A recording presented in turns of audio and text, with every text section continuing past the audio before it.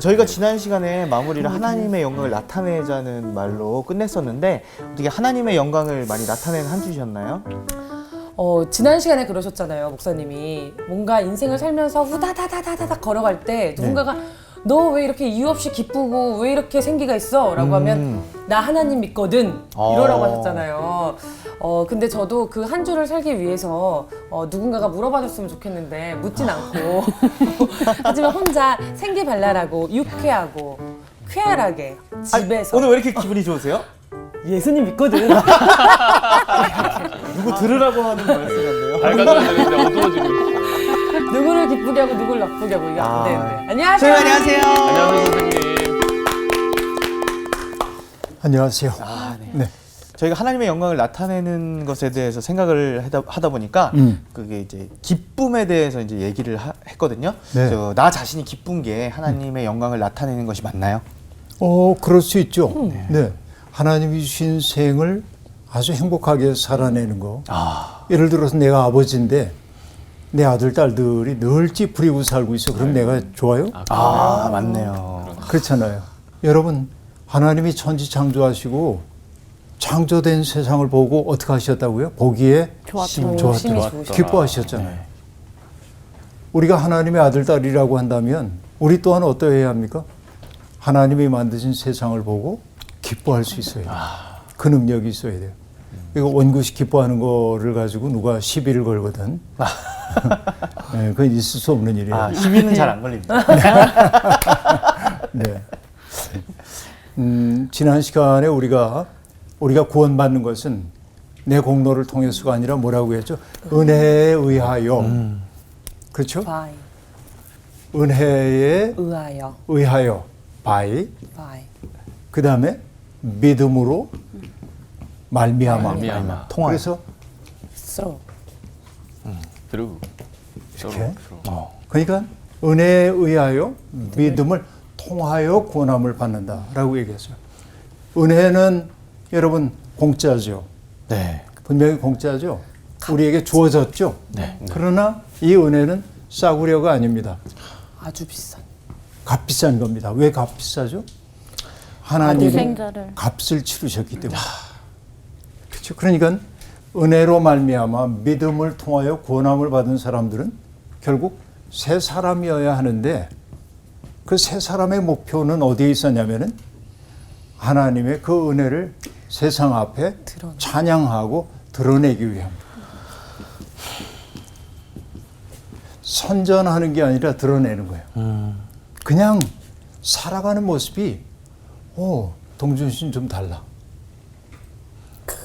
여주 씨는 좀 달라. 왜 그럴까? 궁금해야 돼, 사람들이.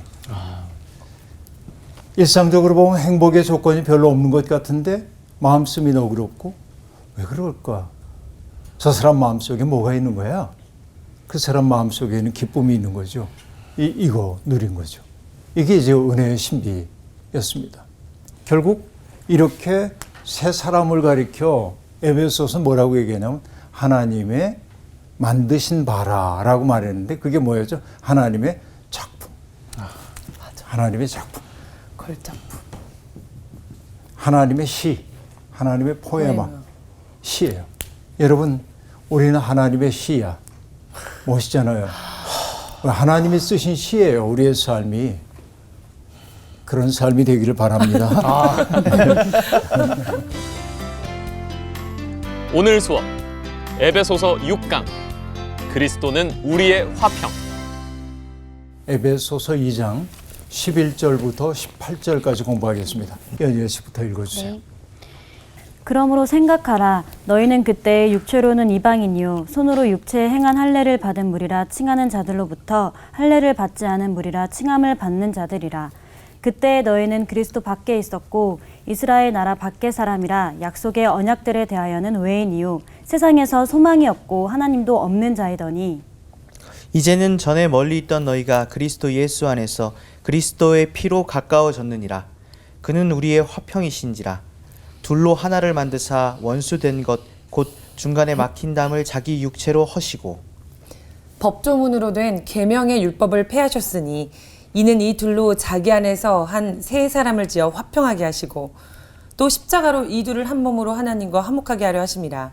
원수된 것을 십자가로 소멸하시고 또 오셔서 먼데 있는 너희에게 평안을 전하시고 가까운 데 있는 자들에게 평안을 전하셨으니 이는 그로 말미암아 우리 둘이 한 성령 안에서 아버지께 나아감을 얻게 하려 하심이라.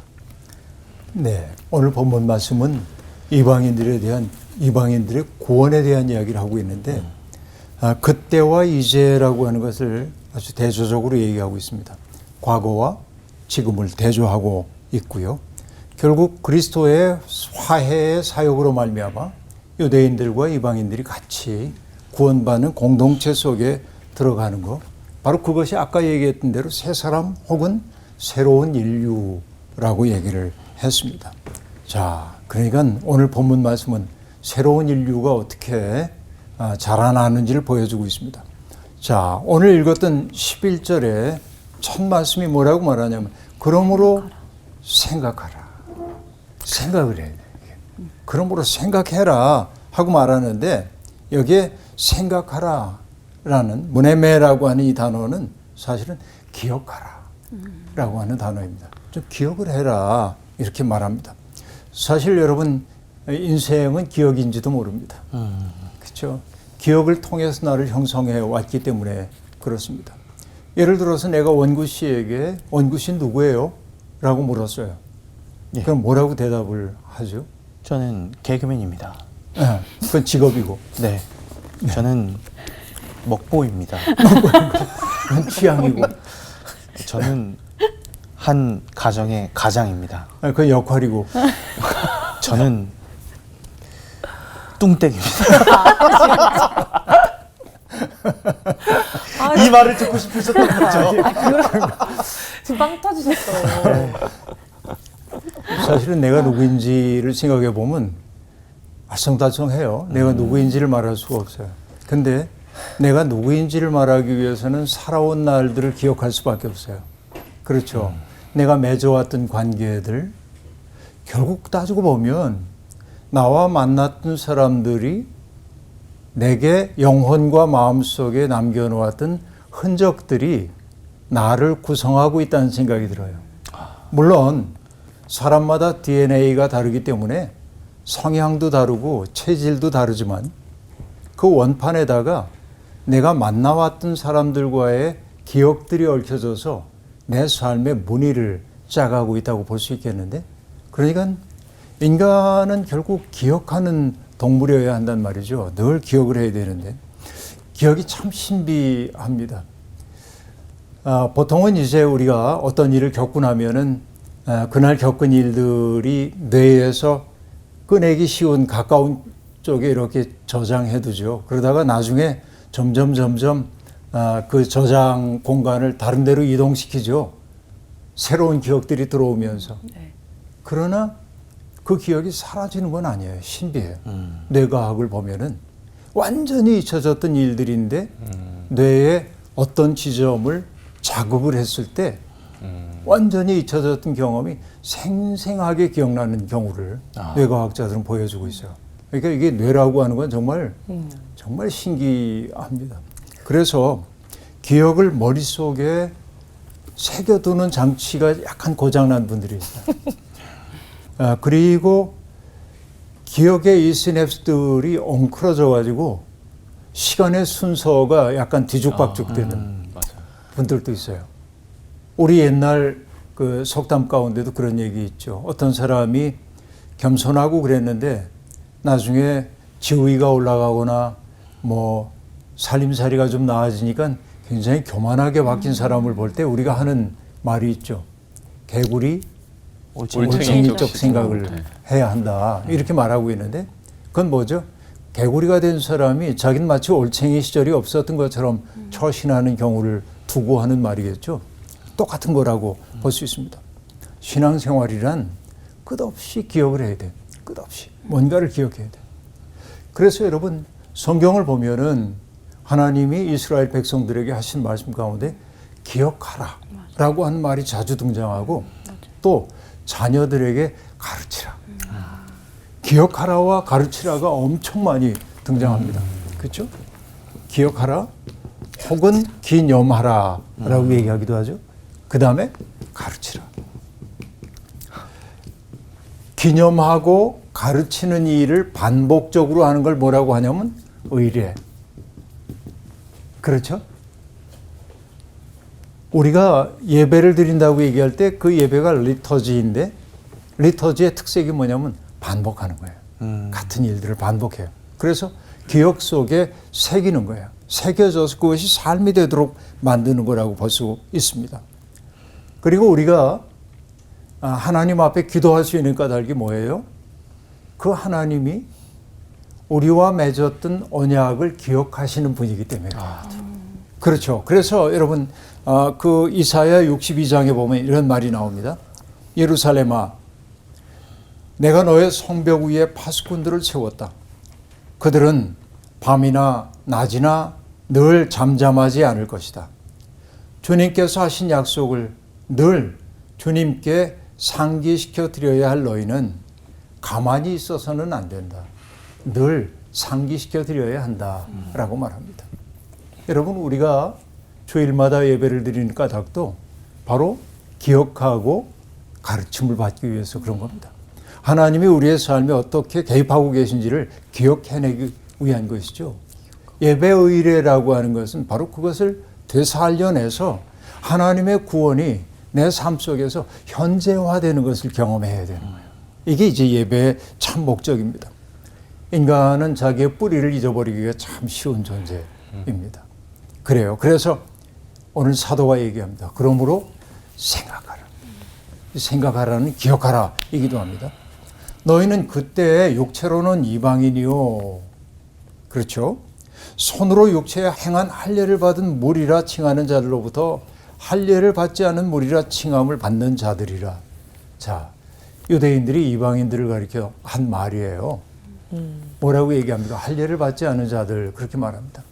유대인의 특색 가운데 하나가 할례를 받는 거죠. 그러니까 남성의 포피 일부분을 잘라내는 것을 할례라고 얘기하는 거 다 아는데, 그래서 유대인들은 이방인들을 약간 멸시하는 말로 했던 말 가운데 하나가 뭐냐면 포피를 가진 사람들, 그렇게 말해요. 그걸 배제하는 사람들이란 말이죠. 이건 일종의 뭐예요? 인종적 우월의식이라고 얘기할 수 있겠습니다. 지금도 우리가 뭐 아시아인에 대한 혐오 이런 얘기들이 많이 들려오잖아요. 그리고 스포츠 스타들 외국 나가서 열심히 하고 있는데 어떨 때 조롱당하기도 하죠. 이렇게 눈을 찢는 모양을 한다든지. 이 백인들이 우월하다고 하는 의식이 그들 속에 있는 사람들이 제법 많은 것처럼 보입니다. 그러나 여러분, 피부색에 따라서 하나님이 차등을 만든 건 절대로 아닙니다. 그런데 이 어떤 인종에 대한 혐오가 미국이나 유럽에만 있는 게 아니고 우리 사회에도 심각할 정도로 많이 있는 게 사실입니다. 그 사람의 출신 나라가 어디인지에 따라서, 그들이 사용하는 언어에 따라서 사람들을 달리 대접하는 경향도 덜어 있는 것으로 보이기 때문에 그렇습니다. 이게 이제 문제입니다. 특별히 유대인들은 자기들이 선민의식을 가지고 있었기 때문에 나는 남들과는 달라라고 하는 이 배타적 특권의식이 강했던 거예요. 그런데 여러분, 누군가가 나를 멸시해요. 그러면 나는 그 사람을 어떻게 할까요? 나 멸시하는 사람을 보고 존경합니다. 그렇게 얘기합니까? 미워하죠. 똑같이 멸시하잖아요. 이해는 이. 이중의 패배예요. 이거는 이중의 패배입니다. 그러니까 여기 사도가 지금 하고 있는 얘기 뭐냐면, 너희는 육체로는 이방인이었어. 그리고 몸에 할례를 받은 자들에 의해 할례를 받지 않은 자들이라고 그렇게 칭함을 받는 사람들이었어. 멸시받는 대상이었어. 그때는 그랬다 그 얘기예요. 그러나 그때를 또 다시 얘기합니다. 그때 너희는 그리스도 밖에 있었고, 자, 또 이스라엘 나라 밖의 사람이라, 밖에라고 하는 말이 두 번 반복되고 있습니다. 그죠? 그리고 그 다음에 보면 약속의 언약들에 대하여는 외인이요. 이것도 바깥이죠. 계속 바깥을 얘기하고 있습니다. 세상에서 소망이 없고 하나님도 없는 자이더니, 없고. 자, 바깥에 있고 또 바깥에 있고 없고로 얘기하고 있어요. 이게 이전의 상황입니다. 그러나 이제는 어떻다고요? 전에 멀리 있던 너희가 그리스도 예수 안에서 그리스도의 피로 가까워졌느니라 라고 얘기하고 있습니다. 자, 그리스도 안에라고 하는 이 단어가 바울의 서신에서는 정말 중요한 단어라고 볼 수 있습니다. 우리가 그리스도 안에 있을 때 우리는 구원을 받게 되고 풍성한 은혜를 누리게 되는 거거든요. 이 단어가 중요한데 이전에 그들의 상태는 뭐예요? 그리스도 밖에 있는 사람들이었다고 말하고 있습니다. 그렇죠. 여러분 문 밖으로 내몰려 본 적이 있으십니까? 언젠가 쫓겨나 본 적이 있나요? 예, 동생이랑 싸우다가 옷 발가벗겨서 쫓겨난 적이 있어요. 그래요? 네. 그 경험이 있구나. 네. 그 경험을 똑같이 한 사람이 있어요. 유명한 사람이. 누군가요? 프란츠 카프카라고 하는 사람. 카프카. 네. 카프카라고 하는 체코 출신의 독일어로 문학을 했던 사람인데 아버지에게 보낸 편지가 있어요. 평생 아버지의 그림자 속에 살아요, 카프카가. 근데 아버지에게 그 얘기를 합니다. 어린 시절에 자기가 칭얼거리다가 아버지한테 쫓겨나요. 옷을 벗긴 채. 그래서 바깥에 이렇게 이제 있는데 식구들은 안쪽에 있고 그 바깥에 서 있었던 그 경험이 트라우마처럼 평생을 이제 지배하는 거예요. 언제라도 아버지가 나타나가지고 자기를 밖으로 내몰 것 같은 그런 트라우마가 이 프란츠 카프카에게 있고 그의 문학은 그 체험과 대단히 깊은 관계 속에 있습니다. 그러니까 여러분 모두가 다 안에 있는데 나 홀로 밖에 있는 것 같을 때의 쓸쓸함이라는 건 말할 수가 없는 거예요. 그런 얘기입니다. 그래서 지금 얘기해요. 그때는 너희는 그리스도 밖에 있었고 이스라엘 나라 밖에 사람이고 약속의 언약의 외인이야. 바깥에 있었어. 여러분 사람은요. 그걸 뭐라고 그러지? 요즘 말로 어디에 핵심 속에 들어가 있는 사람은 인싸라고 하네요. 핵인싸. 네, 인싸라고. 인싸. 인사이드. 인사이더인데 네. 그럼 바깥에 있는 사람은 아싸. 아웃사이드. 아웃사이더에서 아웃사이더. 그래서 아싸. 아싸라고. 나 정말 몰랐잖아 너도. 아싸인 줄 알았어. 제가 아싸인가 봐요. 그러니까 많은 사람들이 요즘 말로 인싸가 되고 싶어 하잖아요. 네. 참 말들도 잘 지어내. 내부자요. 외부자가 있어요. 외우자. 내부에 속한 사람들은 뭐냐면 강하게 결속해요. 왜? 소속이 분명하기 때문에. 외부자들은 뭐죠? 소속이 없는 자야. 달리 얘기하면 뿌리 뽑힌 자야. 이건 불안정해요. 그치 불안하고. 그래서 사람들은 어떻게든지 외부자에서 내부자로 소속을 바꾸고 싶어 합니다. 그래서 사람들이 뭘 하냐면 내부의 논리에 충실하기 위해 충성서약을 하기도 하고 그들의 규칙을 지키려고 애쓰기도 하고 그렇죠. 그러다 보니까 자기의 개성 같은 것들을 죽이는 경우도 있어요. 이게 슬픈 일입니다. 사실은 신앙 안에서는 우리가 내부자가 되어야 하지만은 인생 사는데 기독교인들은 사실은 주류 세계에서는 외부자일 수밖에 없습니다. 어떻게 보면. 왜냐하면 새로운 질서를 지향하고 있기 때문에. 그러나 교회 안에서는 이게 다른 거예요. 교회 안에서는 외부를 만들면 안 돼요. 교회 안에서는. 그런데 그 외부에 있었던 것을 뭘로 얘기하냐면 소망도 없었고 하나님도 없었다라고 말합니다. 그러면 여러분 이 말이 맞는 얘기예요? 소망이 없었다는 얘기? 그들도 사람인데 왜 소망이 없었겠어요? 온갖 소망들이 있었을 거 아니에요? 네. 돈 많이 벌고 싶고 출세하고 싶고 권력을 얻고 싶고 그렇죠? 자식 잘 키우고 싶고 온갖 소망이 다 있었는데 그들에게 소망이 없다고 말하는 까닭이 뭐야? 참 소망이 아니었기 때문에. 어떤 게 참 소망이죠? 그리스도. 네? 그리스도. 그리스도. 네, 여러분 이렇게 얘기합시다. 인간의 소명. 그게 뭘까요? 자기를 초월하는 것.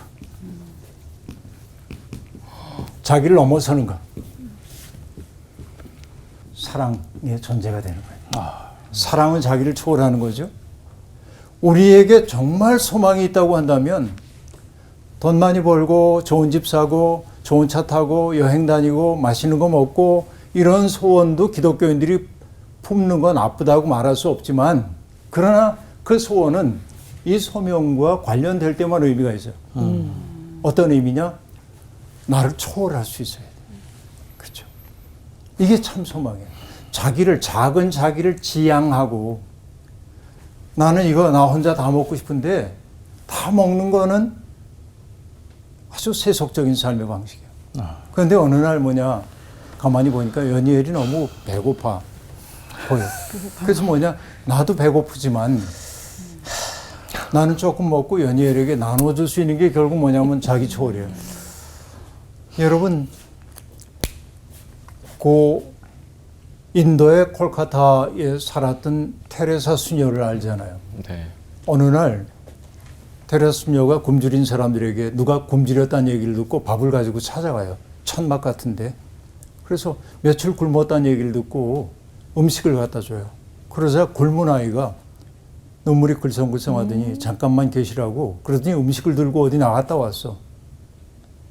어디 갔다 왔냐고 물어보니까 나보다 더 굶은 친구가 있어서 거기 나눠주고 왔다는 거야. 여러분 이 마음이에요. 이 마음. 이게 바로 뭐예요? 자기를 초월하는 거예요. 어떻게 보면 그 아이는 가난하기 이를 데 없지만 인간의 소명, 인간다움이 뭔지를 보여주고 있단 말이죠. 이런 게 우리의 소망이어야 하는 거죠. 기독교인들은 이 소망을 품어야 돼요. 근데 그리스도와 만난 사람들은 이 소망을 품어요. 그리스도의 마음이 내 속에서 역사할 때, 성령이 내 속에서 역사할 때는 이 마음이 생겨요. 그러니까 이 마음이 없는 거는 그리스도에게서 외인인 셈이에요.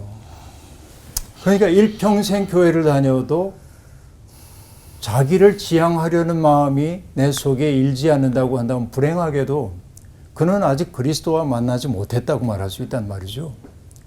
그러니까 지금 사도가 지금 얘기하는 건 뭐예요? 그때는 그리스도 밖에 있었고, 그렇죠? 어디 밖에 이렇게 있었어요. 참 소망도 없고, 참 하나님도 없었어. 수많은 신들을 섬기며 살지요, 이방인들이.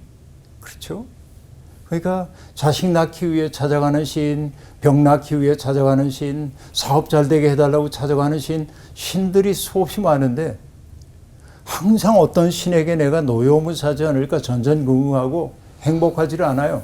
이게 뭐야? 하나님 밖에 있는 삶의 특색이었단 말이죠. 그렇죠. 소망이 없고 하나님도 없었다. 그렇게 말합니다. 그런데 너희는 그 결과 뭐였냐면 이제는 전에 멀리 있던 너희가 그리스도 예수 안에서 그리스도의 피로 가까워졌느니라 라고 말합니다. 멀리 있었지만은 서로 만날 수도 없고 상종할 수도 없는 사람이었지만은 이제는 가까워진 사람이 되었어요. 이제 바깥 사람이 아니야. 근데 그들을 가깝게 해준 것이 뭐라고요? 그리스도의 피. 그리스도의 피라고 하는 것은 우리가 뭐 상처가 나면 흘러나오는 그 피만을 얘기하는 게 아니라 그리스도의 생명, 그리스도의 정신. 바로 그것이 그리스도의 피죠. 그리스도의 마음이 우리 속에 들어오게 되면은 멀어졌던 우리를 가까워지게 만든단 말이에요. 그래서 늘 하는 얘기지만은 내가 누군가를 사랑해요. 그럼 사랑의 특색은 뭐죠? 멀리함입니까? 가까이함입니까? 가까이. 사랑은 다가서잖아요. 사랑은 잡아당기는 힘이에요, 서로. 근데 죄가 우리 사이에 들어오면 어떻게 되죠? 밀어내요. 그 사람과 함께 있는 게 불편해요. 그러니까 그리스도의 피가 하는 일은 뭐냐면 이렇게 밀어내고 있던 사람들이 가까워지게 만들어요. 그리스도의 마음이 우리 속에 들어올 때 이런 역사가 일어난다 하는 얘기죠. 그래서 여러분, 거리가 문제가 아니에요. 사회적 신분의 고하가 문제가 아니에요. 종과 주인도 그리스도 안에서 가까워질 수 있는 거예요. 그래서 옛날에 여러분 이런 시 있잖아요. 마음이 지척이면 천리라도 지척이고, 응? 마음이 천리오면 지척이라도 천리오라. 우리는 각재 천리오나 서로 있는 장소가 천리 떨어져 있는데 지척인가 하노라. 우리는 이렇게 멀리 떨어져 있지만은 마음으로 가깝기 때문에 우리는 지척이야. 아주 가까운 거리에 있다는 거죠. 믿음의 신비가 이런 것 같아요. 우리가 정말 그리스도의 마음, 그리스도의 피가 우리 속에 있게 될 때 우린 점점 가까워져요. 마음으로. 그렇죠? 그리스도의 피는 사람들을 가까워지게 만든다. 우리가 가지고 있는 그 사회적 편견 같은 것들이 굉장히 많아요. 갈라지게 만드는 거. 그러나 그리스도의 피가 그 속에 들어오면 가까워지게 만드는 거. 이게 그리스도 사건의 신비입니다. 그래서 14절이 이렇게 말하죠. 그는 우리의 화평이신지라 둘로 하나를 만드사 원수된 것 곧 중간에 막힌 담을 자기 육체로 허시고 라고 말합니다. 여러분 전에도 얘기한 적이 있는데요. 우리 교회학교 어린이들하고 성경 공부를 하는데 그 용서에 대한 이야기를 하게 됐는데 그 외국인 아버지를 둔 학생 하나가 있었습니다. 근데 모습이 약간 다르겠죠? 딴 아이들하고 우리말을 정말 잘하는데 근데 얘는 모습이 다르다고 학교에서 약간 좀 차별을 받았어요. 그랬던 것 같아요. 평화가 뭐냐라는 선생님의 질문에 그 학생이 이렇게 대답했습니다. 아무 초등학교 5학년 3반 아무개를 용서하는 것. 왜냐하면 그 아이가 얘를 너무 많이 차별하고 그랬어요. 그 이름을 직접 얘기하지 않고 5학년 3반 그 놈을 용서하는 것 그랬는데 그래서 그 얘기를 듣고 가슴이 뭉클했어요. 우리의 가슴에도 그 놈이 다 있거든. 비속어로 얘기해서 안 됐지만 그 사람 때문에 내 인생이 힘들어.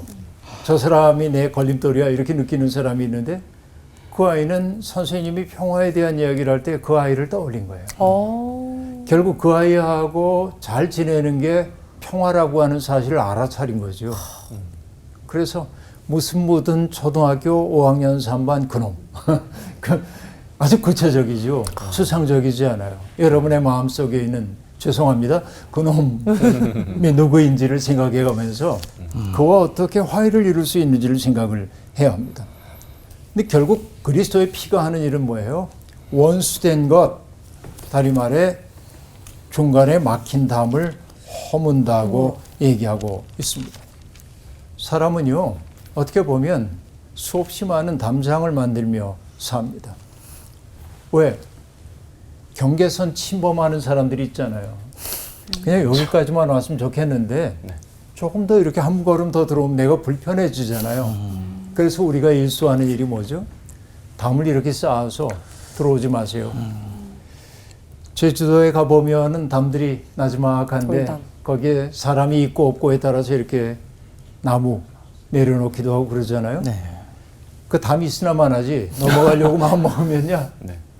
그 뭐예요? 담이 낮더라도 넘어오지 말라는 경계 아닙니까? 그런데 사람들이 자꾸 이제 들여다보고 그러니까 그 시선이 싫어. 그 뭐예요? 담을 점점 높이 이렇게 쌓아가는 거예요. 그렇죠? 그러다 보니까 담장이 낮을 때는 지나가던 연희애 씨가 뭐 하세요? 그러면 저 여기서 뭐 하고 있어요? 하고 얘기했는데 이렇게 높아지면 안 보여요. 소통이 점점 막히기 시작해요. 누군가가 우리에게 말 건네올 때 담장을 쌓는 데 필요한 벽돌을 준비하느라고 그 얘기 들을 생각도 없어요.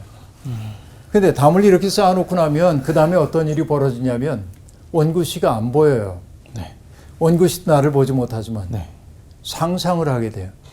원구 씨가 나를 해치기 위해서 저기에서 돌을 지금 던질는지도 몰라. 그러니까 뭐냐면 나도 모르게 경계하게 되고 미워하게 되고 담이라고 하는 것은 우리 속에 점점 두려움을 심어주기 시작하는 거죠. 그러니까 우리가 어떤 사람을 자꾸만 갈라놓고 배제할 때 우리의 삶은 점점 위태로워져요. 근데 그리스도께서 하시는 일은 뭐예요? 그런 담들을 허물어서 막힌 담을 헐고 그래서 원수였던 사람, 여기 넘어오지 마. 그랬던 사람들이 함께 모여 손을 잡게 만드신다는 거예요. 그런데 그걸 뭐로 이루셨냐면 자신의 육체로 그리스도의 십자가. 이것을 앞서의 얘기로 얘기하자면 그리스도의 피. 그리스도의 피로 그 담을 허셨다는 것이지요. 달리 얘기하면 예수님은요, 사람들을 갈라놓고 있었던 차별들을 우리는 이 편에 이렇게 서서 아까 얘기한 대로 인싸, 아싸 이렇게 갈라놓고 우린 인싸야, 핵인싸야 이러고 지냈는데 부질없는 짓이에요 이게. 예수님이 보기엔 뭐냐면 이 사람도 유약하고 이 사람도 유한하고 이 사람도 오류 가능성이 있고 여기도 오류 가능성이 있고 누구나 행복하기를 원하고 그 인간의 본연의 자리에서 보니까 가름 자체가 의미가 없는 거예요. 가장 깊은 자리에 가면 통하게 되는 거예요, 사람이. 그러니까 예수 그리스도가 당신의 피로, 당신의 온몸으로 그 담장을 허물었다고 얘기하고 있습니다. 그래서 하는 얘기가 뭐예요? 법조문으로 된 계명의 율법을 폐하셨으니, 자, 법조문으로 된 계명의 율법을 폐했다는 얘기는 뭐죠? 법조문은 뭐예요? 토라가 얘기하고 있는 무엇을 하라, 무엇을 하지 말라라고 하는 조문. 그래서 하지 말라는 것을 하는 게 죄고 하라는 것을 하지 않는 것도 죄인데 우리는 어떻습니까? 늘 자기에게는 관대하고 남에게는 엄정한 잣대를 들이대죠. 저 사람 안 했어. 저 사람 이런 일을 저질렀어. 그러다 보니까 점점 벽이 쌓이게 되는 거죠. 그런데 예수님이 하신 일은 뭐예요? 그 법조문을 무력화시켰다는 말이 아니고 그 법조문이 가지고 있는 그 부정성, 누군가를 판단하고 경계하고 갈라놓고 하는 그 부정적 영향력을 없애셨다. 그것을 무효화하셨다라고 하는 얘기입니다. 율법 자체를 무효화했단 말이 아니고 그 율법이 그릇 사용됨으로 사람들을 갈라놓고 있었던 것들을 당신의 사랑으로 무력화시켰다고 얘기를 지금 하고 있는 겁니다. 결국 그렇게 하신 까닭이 뭐예요? 만날 수 없었던 그 둘이 자기 안에서 한 세 사람을 지어 화평하게 하시고, 그죠? 이 둘을 한 몸으로 하나님과 화목하게 하려 하심이라 라고 말하고 있습니다. 그래요. 그리스도가 하신 일은 다른 거 아닙니다. 담을 허물고 사람들이 하나가 되게 하기 위한 거예요. 그래서 원수되었던 것들을 십자가로 소멸하시고 오셔서 먼 데 있는 너희에게 평안을 전하시고 이방인, 그렇죠? 가까운 데 있는 자들에게 평안을 전하셨으니 유대인들, 먼 데 가까운 데 있는 그들에게. 그래서 결국 뭐예요? 우리 둘이 한 성령 안에서 아버지께 나아감을 얻게 하려 하심이라 하고 말합니다. 여러분 이게 놀랍습니다. 결국은 십자가의 사랑 안에서 이전에는 만날 수 없었던 사람들이 만나서 한 성령 안에서 하나의 몸을 이루어 간대요. 여러분 전에도 얘기했는지 모르겠습니다만은 송나라 여인이 바람피는 남편 때문에 아주 속상했어요. 그래서 썼던 시가 있어요. 이렇습니다. 한 덩이 진흙으로 당신의 입상 만들고 나의 입상도 만들고 당신의 입상 나의 입상 으깨어 합쳐 다른 진흙덩이 만들고 이 흙덩이로 다시 당신 입상 만들고 나의 입상 만들어요. 이제야 당신이 내 안에 내가 당신 안에. 여러분 이제 바람피는 남편을 둔 그 아내가 너무 이제 왜 남편을 쳐다보고 그래요? 아니 근데 네. 죄송해요. 되게 오해. 아니, 얘기를 해야 될 것 같아요. 그냥 표정이 보고 싶었어. 아. 죄송합니다. 네, 너무 궁금해요. 그러니까 진흙으로 입상을 두 개를 만들고 서로 사랑해서 이렇게 부부가 되었는데 지금 마음이 좀 어려워졌어. 그래서 어떻게 으깨가지고 다시 입상을 만들어서 이 진흙과 이 진흙이 만나가지고 다시 으깨져 합쳐져서 새로운 입상을 만드니까 비로소 하는 얘기가 뭐냐면 내가 당신 안에 당신이 내 안에. 여러분 그리스도 예수 안에서 우리가 이렇게 녹아져야 돼. 그렇죠? 이렇게 녹아져서 새롭게 지어져야만 하는 것이죠. 이렇게 새롭게 지어진 사람이 누구냐면 하나님과 화목한 사람. 이전에는 악한 행실로 하나님께 등 돌렸던 사람이라고 한다면 이제는 선한 행실로 하나님 안에 있는 사람이 되는 거라는 거죠. 그리고 놀라운 얘기를 하고 있습니다. 한 성령 안에서 아버지께 나아감을 얻게 된다라고 말합니다. 유대인과 이방인이 거룩하신 분의 현존 앞으로 함께 나간다는 거예요. 여러분, 유대인들에게는 놀라운 얘기입니다. 엄청난 거죠. 그러니까 이방인과 유대인들이 함께 성령 안에서 아버지께 나가는 동행이 되고 있어요. 여러분, 이게 평화. 여러분, 그리스도가 우리의 평화라고 얘기하는 건 바로 이것을 얘기하는 거라고 볼 수 있는 것이죠. 그래요. 여러분, 2002년에 이탈리아의 아시시라고 하는 곳이 있잖아요. 성프란치스코의 도시로 유명한 곳이에요. 평화의 사도라고 우리가 얘기하는데 거기에서 세계 평화를 위한 기도의 날이 열렸습니다. 그래서 세계 평화를 위해 우리가 어떻게 노력을 해야 되는지 깊이 논의를 한 다음에 평화를 위한 아시시의 10계명을 발표합니다. 우리 앞으로 평화로운 세상을 만들기 위해 이렇게 노력합시다. 10계명을 쭉 얘기해요.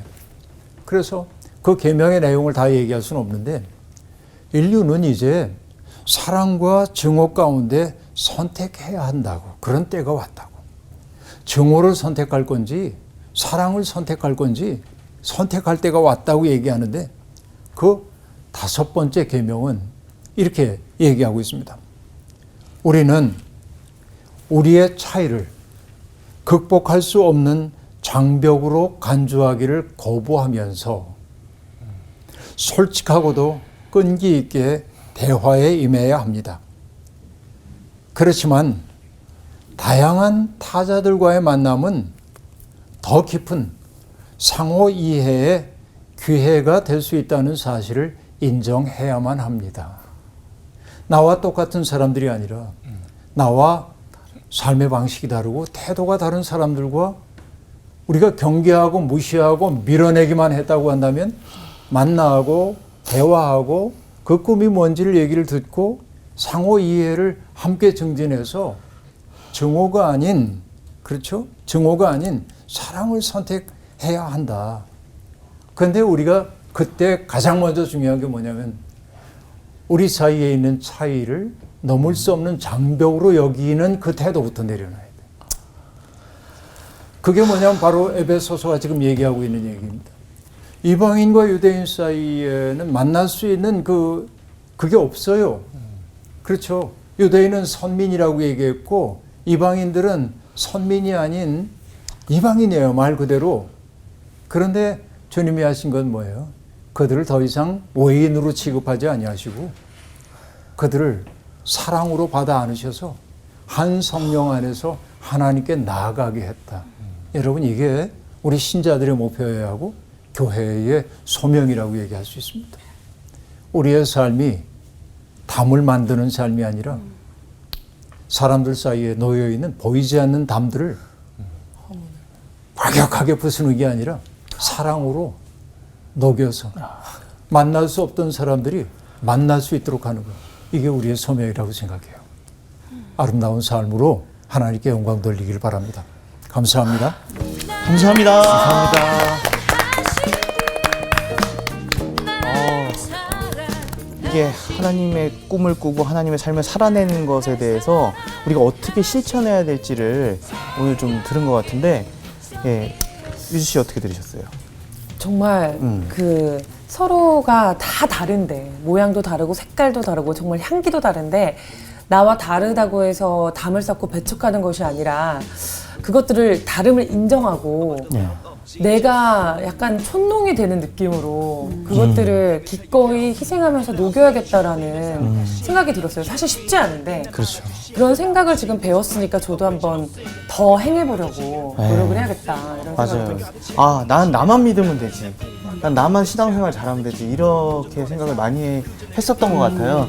그런데 오늘 보면 이방인들과 하나가 되고 이런 감동이에요. 네, 같이 하나님께로 나아가는 네. 그런 부분이 중요하기 때문에 오늘 마무리는 뭐예요? 벽을 사랑으로 녹여내고 하나님께로 함께 나아갑시다로. 좋아요. 자, 여러분, 벽을 사랑으로 녹여내고 하나님께 함께 나아갑시다. 역시